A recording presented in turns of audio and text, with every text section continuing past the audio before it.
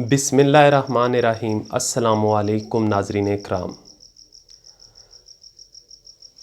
ناظرین اکرام، دوسروں کے لیے خود کو قابل قبول تصور کروانا یہ بہت بڑا فن ہوتا ہے، اور اس فن کے ذریعے سے ہم دوسروں کے دل جیت سکتے ہیں اور اپنی مقبولیت کا گراف بھی بڑھا سکتے ہیں۔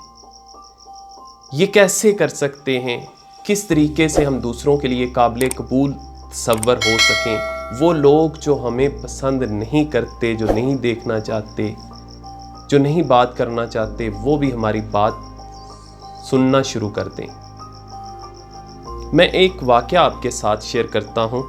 1946 کے عرصے کے دوران امریکہ کے ایک سکول کے اندر 5ویں گریڈ کا ایک طالب علم پڑھتا تھا، جو کہ سیاہ فام طالب علم تھا، اور وہ اکثر اوقات کلاس کے اندر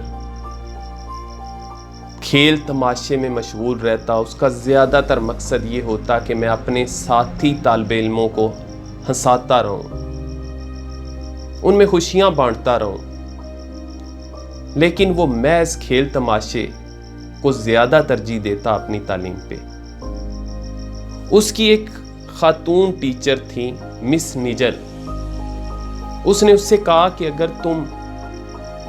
اگر تم واقعی اس طرف راغب ہو، اگر تم جوکر کا کردار ادا کرنا چاہتے ہو، تو پھر اور محنت کرو، تعلیم حاصل کرو۔ تعلیم سے پیچھے ہٹ کے یا تعلیم کو چھوڑ کے تم کبھی بھی ایک بڑے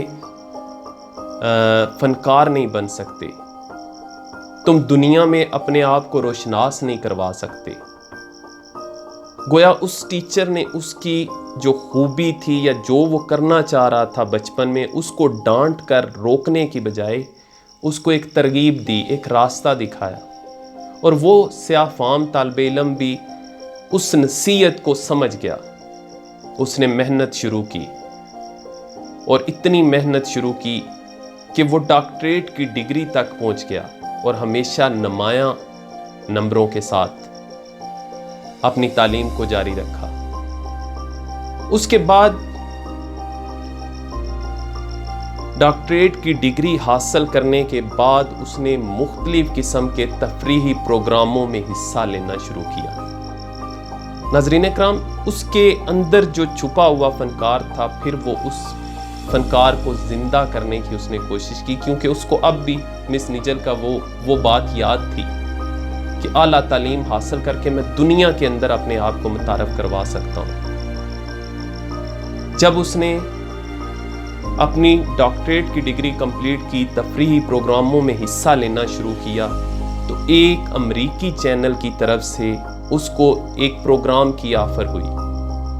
اس نے اس کو قبول کیا، اور بہت جلد اس کو امریکی ٹیلی ویژن کا پسندیدہ ترین اور مہنگا ترین پروگرام بنا دیا۔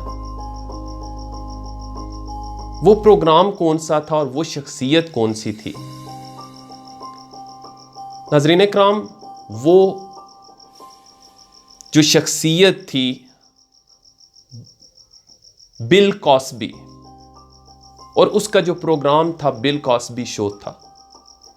اب بل کاسبی چونکہ سیاہ فام تھا، اور دوسرے وہاں پہ جتنے بھی سیاہ فام ہیں ان کو امریکہ کے اندر قدر کی نگاہ سے نہیں دیکھا جاتا، نہ ہی سنا جاتا ہے۔